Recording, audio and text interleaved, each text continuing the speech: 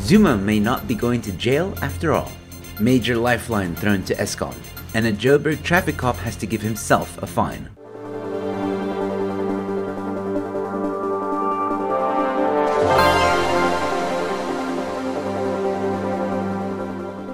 Hello ladies and gentlemen, welcome to the News in 5. Just a reminder that this week Barry Hilton will be on the Comedians Roast the Headlines show. Links in the description for more details. And don't forget to join the open Telegram group where you get notifications of everything happening on this channel and more. I just want to take a moment to thank all the new subscribers. Your support is greatly appreciated and I'm going to keep the content coming. With that being said, if you're new here, please consider subscribing. And whether you're new or old, please like the video and share it far and wide. Okay, now with all that out of the way, ladies and gentlemen, let's get into it.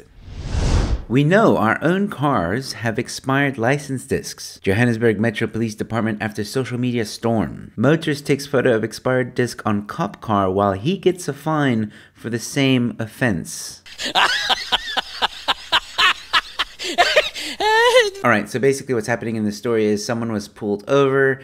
The cop notices that his license disc is expired, starts writing the guy a fine, and this guy just wanders off and happens to look at the Metro Police Department's car and notices that the license disc is also expired. You had one job. When I saw the minibus expired disc, I couldn't help myself and asked the officer if he was going to write himself a fine too. But apparently what really irritated this guy wasn't the fine, because the next day he went in and was happy to pay the fine. What kind of pissed him off is that when he was at the traffic department, they said that he had over 600 rand in fines and wouldn't allow him to renew the license unless he paid those fines. I have never received any summons for unpaid traffic fines. It is every South African's right to wait for a summons. What if you want to contest the fine in court? Being forced to pay a fine for which you have not received a summons is nothing less than a taxpayer being held at ransom. And oh boy, I couldn't agree with this guy more.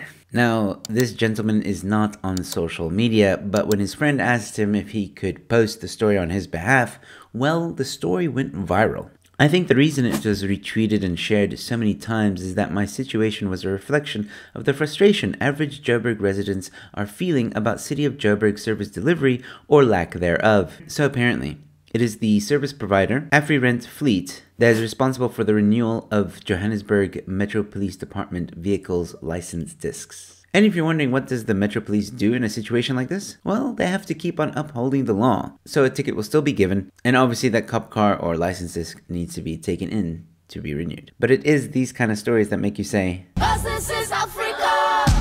Last week, I did a story on Eskom where I explained that, well, Eskom's run out of money to buy diesel, which means that load shedding could be a permanent thing, at least for the next few months. Well, it would seem that a major lifeline has been given to Eskom. The Minister of Public Enterprises, Pravin Gordhan, says that his department has somehow found 50 million liters of diesel for the national power utility Eskom from state-owned Petro SA. Well, that's convenient. Some of these liters travel by pipeline and some by truck. Why not donkey cart? But here's the real interesting part. We have taken steps to find funding. And he's going to speak to the Minister of Finance to find out where this funding can come from. But even more interestingly, Gordhan and Petro SA did not disclose the cost of the 50 million liters of diesel being sent to Eskom. Something's fishy, Alfred.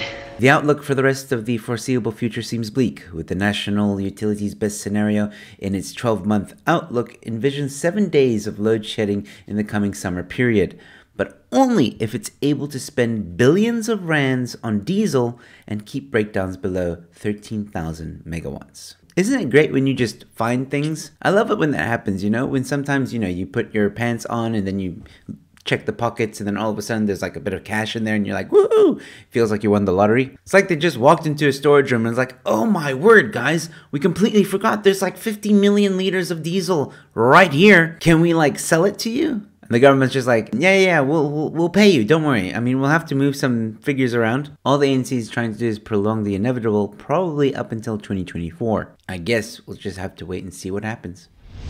And this is also going to be a very quick story. This is a follow-up on one of the episodes I did last week, ladies and gentlemen, where I mentioned that ZUMA might be going to jail. Well, it turns out that Scallum isn't going to jail after all. I knew it, I knew it, I knew it. Because correctional services to appeal ZUMA judgment. Now you remember that the Supreme Court of Appeal found that the release was unlawful and that it was up to the correctional services to determine how long Zuma was to spend in jail, if at all.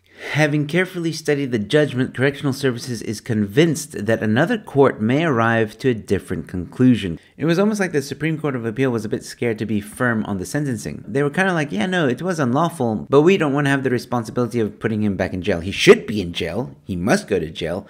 But in terms of for how long, we'll leave that for someone else to decide. And the Correctional Services are just like, no. You must tell us how long he needs to be in jail. If you can't, then we're going to appeal it. Will we ever see Zuma in jail? I don't know. Well, there you have it, ladies and gentlemen. Let me know what you thought of the headlines today. This is your second reminder to please subscribe to the channel, leave a like, and share the video. Once again, thank you to all the new subscribers. Your support is greatly appreciated. And thank you to the old subscribers who keep coming back and watching my content, sharing it, liking it. You guys are awesome, and keep the comments coming. I look forward to reading your comments, and while I cannot reply to all of them, I definitely do read them. Anyways, with that being said, ladies and gentlemen, enjoy the rest of your Monday. Stay safe, be kind to one another, and I'll see you at the next one. Cheers.